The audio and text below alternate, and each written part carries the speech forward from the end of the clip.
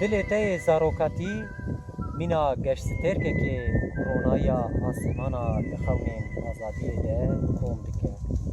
Çûhis e delala me. Welatstêrk ên ji dayîkbûnê helbestan e, hest û ramanên ku ji lawendiya rojava re hêza berxwedanê bilî dike.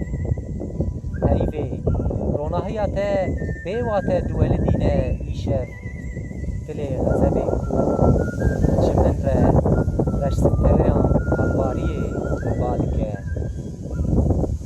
Niqrîsk bi niqrîsk diherikim ji bo şewata girîstêrkên de bê hêvî, bê awaz û ji halana dilevînên bazşikestê re